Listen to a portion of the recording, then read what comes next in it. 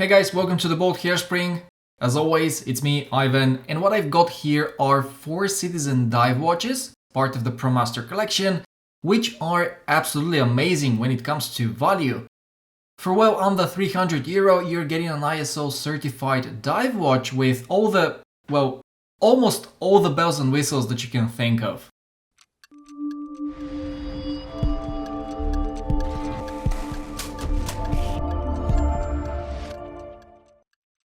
As you can guess, I borrowed these watches from my friends at relojeriaesparza.com in Valencia, Spain. They have all these in stock and they're selling them with a bit of a discount, but as always, if you contact them, they'll do their best to offer you a deal that's even better. So if you decide you want one of these, check the info in the description down below. Straight away guys, this model is feature-packed. And if we exclude AliExpress watches, there aren't many brands that can compete with it at this price point. However, before we look at these features, I would like to walk you through the dimensions first. Overall, these Citizens are fairly compact.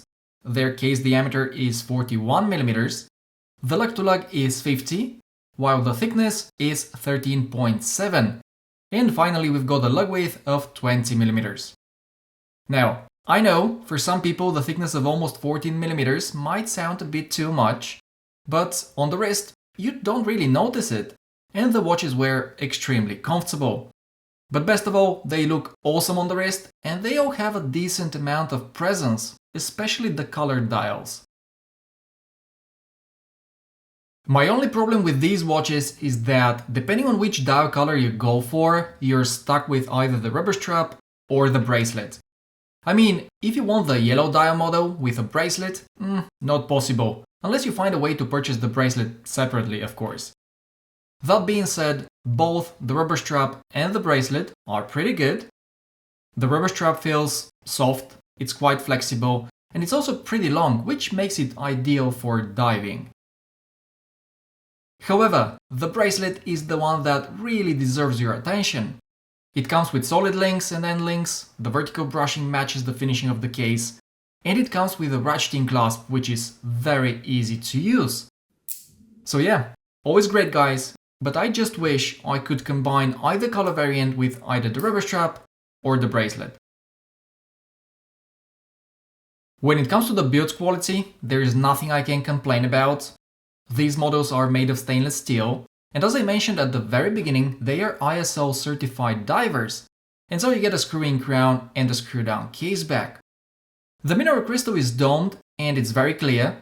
I would have liked a sapphire crystal instead, but honestly, I don't think of it as a deal breaker.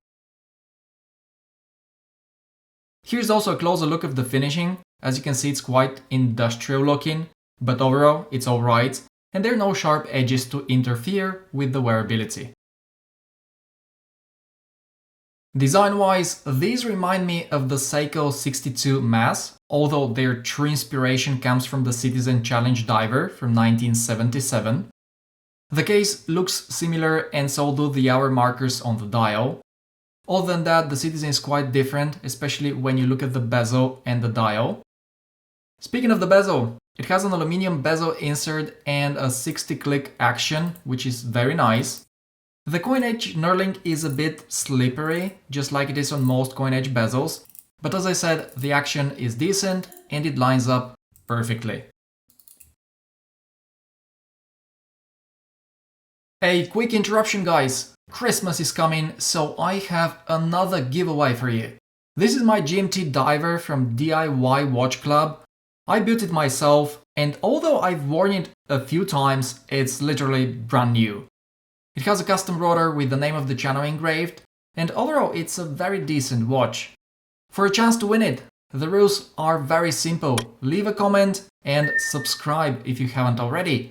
You can find all the details in the pinned comment down below. Going back to the Citizens, there is one thing that makes these models really stand out, and that of course is the dial.